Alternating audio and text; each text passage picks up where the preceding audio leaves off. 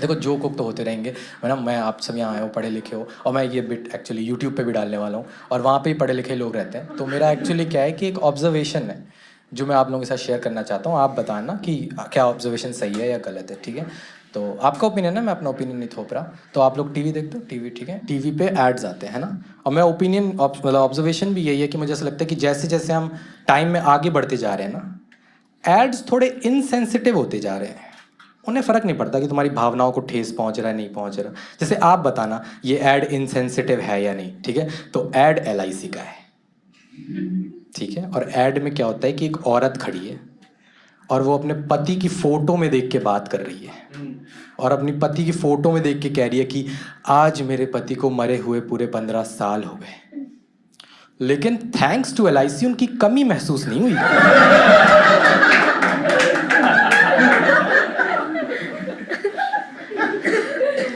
और मेरे को उस आदमी के लिए बुरा लग रहा है जिसकी मौत हो गई है।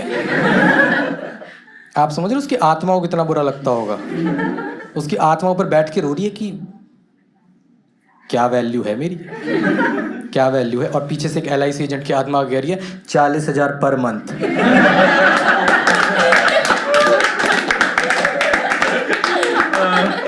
अच्छी ऑडियंस आई है। आदत नहीं है मुझे,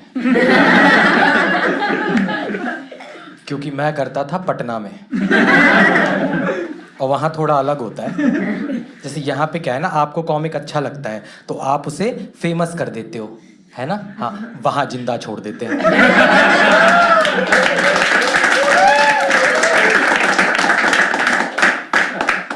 वहाँ पे यही कॉम्प्लीमेंट है। हाँ, वहाँ कॉमेडी की टैगलाइन ही ये है, वी लाफ यू लिव। बहुत अच्छी ऑडियंस आई हो तुम। पर जस्ट इन केस आप मानो कि अगर आप बुरे भी आते हैं ना, तो भी मुझे कोई इशू नहीं है। हाँ, मुझे अच्छे और बुरे क्राउड से कोई दिक्कत नहीं है, मेरे को बस कॉम्पिटिटिव ऑडियंस नहीं चाहिए। वो हरामजादी टाइप की ऑडियंस नहीं आ जाती कभी कभी, देखी तुमने? सच बता रहा हूँ, परसों के शो में फ्रंट रो में एक बंदा बैठा था, मैंने उससे पूछा सर आप क्या करते हैं? कह रहा पहले तुम बताओ।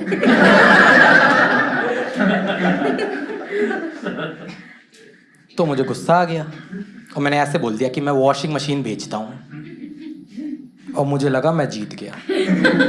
पर वो जो आदमी था ना, वो ऐसे अंदर से हरामजादा था। तो कह रहा कितने की?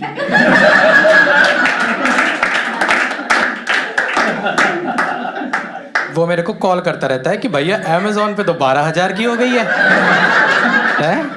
आप कितने की बेचते हो आजकल? और पता, मैं देखो बिल्कुल भी पटना की बुराई नहीं कर रहा, वहाँ से मैंने कॉमेडी सीखी है, तो I respect that place a lot. मैं कह ही नहीं रहा वहाँ बुरी ऑडियंस आती है, कभी नहीं आती। वहाँ पे या तो ऑडियंस अच्छी आती है या अजीब आती है। हाँ सच में, जैसे मैंने ना एक बार वहाँ क्राउड शो करा था, और मैंने क्राउड से पूछा कि you guys want to hear a story? तो मुझे लगता था इसके 2 ही आंसर होते हैं, येस और नो। उन पे तीसरा आंसर है। एक बंदा खड़ा हुआ बोला हाँ, लेकिन स्टोरी मैं सुनाऊंगा।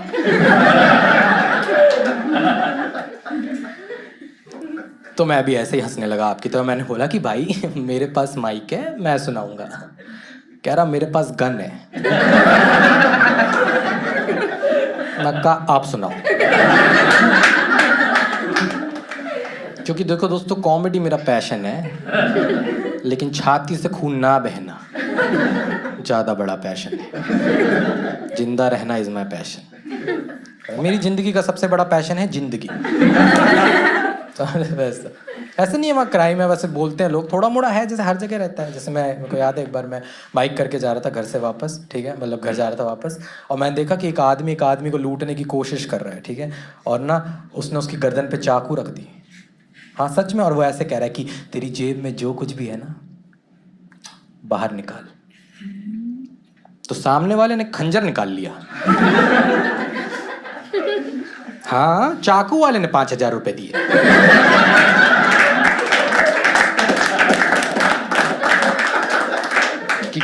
कि भैया मैं तो मजाक कर रहा था, आप बुरा क्यों मान रहे हो मेरी बात का? है चाकू वाले ने पुलिस में फोन लगाया है कि भैया मुझे लूटा जा रहा है। तो पुलिस वाला कह रहा है आपने शुरू किया था?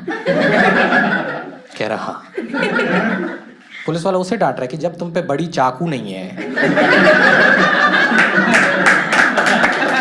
काहे निकल जाते हो उन लोगों का गला काटने हैं? उसकी बड़ी है, वो काट देगा आप गला, क्या हो गया? उसकी जीत हुई है भाई, आप समझ रहे हो? वो बता ऐसा पहला चोर है जो -5,000 रुपए कमा के गया कि मैं साला चोरी करने गया था, माँ के दिए पैसे लौट देगा क्या है वो, मैं समझ रहा हूँ। आप सब यहाँ दोस्तों के साथ आए होगे, 3-4 लोगों का ग्रुप होता है और हर ग्रुप में हाउ डू आई से दिस पोलाइटली, हर ग्रुप में एक बंदा रहता है जो गधा रहता है। इनफैक्ट हम उसको अंदर लाते ही इसलिए ताकि हमें अच्छा फील हो, इससे तो ऊपर ही हूँ मैं।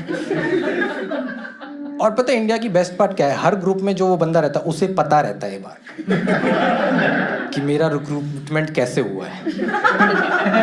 मैं कितने ही माइक में पूछता हूँ ना, जैसे ग्रुप बैठा है 5 लोगों का, वो बंदा खुद ही हाथ खड़ा कर देता है कि मैं ही हूँ वो गधा। देखा है हमने ये चीज़, मैंने ये चीज़ बहुत रियलाइज़ करी। जैसे मेरे ग्रुप में जो बंदा गधा था ना, वो ऐसा था। वो बेसिकली उस तरह के लोग होते हैं ना जिन्हें ये चीज़ समझ नहीं आती कि हर चीज़ लिटरली नहीं लेनी होती। आप मेटाफोरिकली भी तो बोलते हो, जो भी आप बोलते हो ऐसा थोड़ी होता है कि पत्थर की लकीर है। मैं समझ रहा हूँ, मेरा वैसा दोस्त था, वो उसको हर चीज़ बोलो लिटरली ले लेता था। जैसे कैसे बताऊँ, मतलब मेरे कहने का मतलब ये है कि अगर आप किसी को बोलते हो कि भाई तू 1 नंबर का गधा है, तो इसका ये मतलब थोड़ी है कि वो रात को 4 टांगों पे आ जाता है कि लाद दे भाई, ईंटा लाद दे, मैं ही तो हूँ तेरा गुलाम। कैसे होता? मेरे ग्रुप का जो बंदा था, इनफैक्ट बंदा तो क्या बंदी ही थी वो, और वो ऐसे, और मेरी गर्लफ्रेंड थी वो, और मेरी गर्लफ्रेंड हाँ ऐसे ही मिली, कमजोर ही लोग पकड़ पाता हूँ मैं।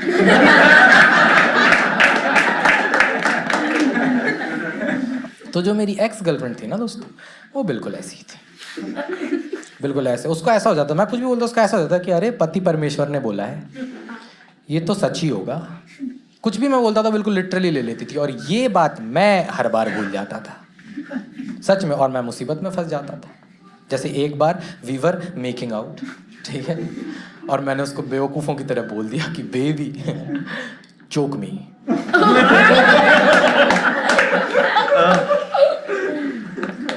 आपने कभी किसी को बीच चुम्मा चाटी में टैप आउट करते देखा है?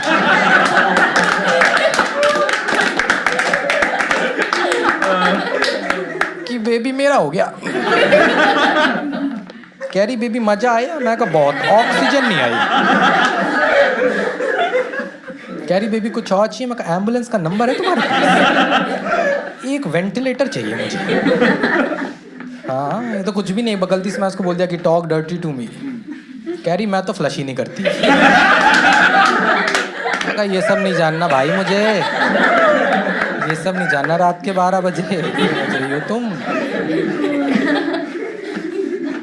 एक बार ऐसा देखो, यहाँ मैं समझ रहा हूँ कि मैंने कॉन्वर्जेशन स्टार्ट करी तो आई कैन अंडरस्टैंड कि मेरी गलती है, लेकिन कई बार मैं कॉन्वर्जेशन स्टार्ट करता भी नहीं था और फिर भी मैं फंस जाता था। जैसे एक बार वो मेरे पास आई और कह रही है कि बेबी रोल प्ले करें। मैं कहा इसीलिए तो आया ही था मैं रिलेशनशिप। कह रही कौन सा वाला? तो मुझे ज़्यादा कुछ पता नहीं है, तो वो सबसे कॉमन वाला नहीं होता दोस्तों, वो जो क्रिमिनल पुलिस वाला होता है। मैं कहा वो वाला कर लेते हैं, वही सबसे कॉमन होता है। कह रही ठीक है।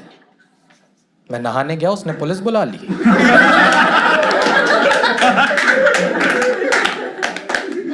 और इतने कैरेक्टर में है, जब पुलिस आई तब भी लगी हुई है कि दहेज मांगता है, एसिड फेंक रहा था, मुक्के मारता रहता है। मेरे ही गीले तौलिए से मारा है पुलिस वालों ने। आपने वो कहावत सुनी, पुलिस वाले नंगा करके मारते हैं? सच है, पर्सनल एक्सपीरियंस से बता रहा हूँ, बहुत बुरा होता है। तो मैंने ब्रेकअप कर लिया उसके साथ। और देखो ब्रेकअप आप चाहे करो या आपके साथ हो, थोड़ा बुरा तो लगता है ना, क्योंकि आप अकेले हो जाते हो। और जब मैंने ब्रेकअप किया तो मैंने एक चीज़ गलती कर दी। जब मेरा ब्रेकअप हुआ तो मैं ऐसे दुखी हो गया और मैंने अपने दोस्तों से पूछ लिया कि कैसे निकलना है इससे। ज़िंदगी की सबसे बड़ी गलती मेरी, क्योंकि मैं रिलेशनशिप से निकला हूँ टूट के, हार के, और मेरे दोस्त ने पहला सजेशन दिया दूसरे में आ जा। हाँ ये नस कट गई है, ये भी काट ले, मौत तो जल्दी होगी कम से कम, खून ज़्यादा बह जाएगा। तो मेरे को पता नहीं था, मैं कहा कि कैसे करूँ, मेरे को तो कोई ऐसे मिलेगी नहीं। कह रहा तू एक काम कर, डेटिंग ऐप्स पे चला जा। आ गया आपने, आजकल सब कुछ ऑनलाइन है, डेटिंग ऐप्स, उससे पे आ जा और बंदी बटा ले। मैं कहा सही है। और वन सच डेटिंग ऐप शायद आप यूज़ नहीं करते होगे, पर आपको पता होगा one such dating app is Tinder. पता है आपने वो टिंडर? बहुत ही घटिया ऐप है भाई, एकदम वाहियात। फीचर्स बहुत सारे दे रखे हैं उन्होंने। हाँ उन्होंने, आपने देखा जैसे टिंडर पे कई सारे फीचर हैं। जैसे उसमें आप जिसको डेट करना चाहते हो, आप उसकी एज चुन सकते हो, उसकी लोकेशन चुन सकते हो कि भाई मैं क्यों जाऊं पुणे। लेकिन अभी उन्होंने फीचर बढ़ा दिए हैं। अभी आप हॉबी भी चुन सकते हो कि लड़की को क्या पसंद है, क्या पसंद नहीं है, क्या अच्छा लगता है, क्या अच्छा नहीं लगता। आप देख रहे हो टिंडर बिल्कुल दलाली पे उतर आया है। हाँ, टिंडर बस आपसे यही नहीं पूछ रहा कि बताओ मियाँ हैदराबाद का माल दिखाएं या इलाहाबाद का।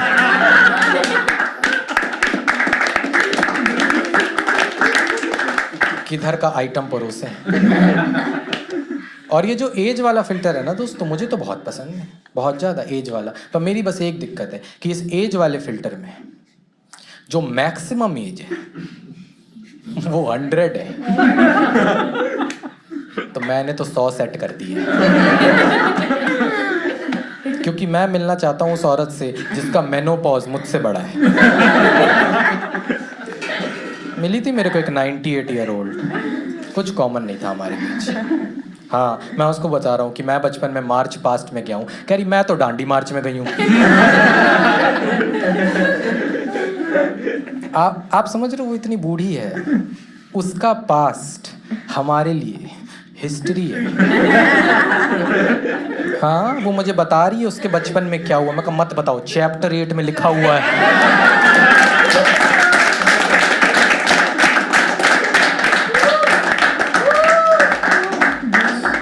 बाकी लोग डेट पे जाते हैं तो वैसे फेसबुक इंस्टाग्राम स्टॉक करते हैं, मैं एनसीईआरटी पढ़ के गया था।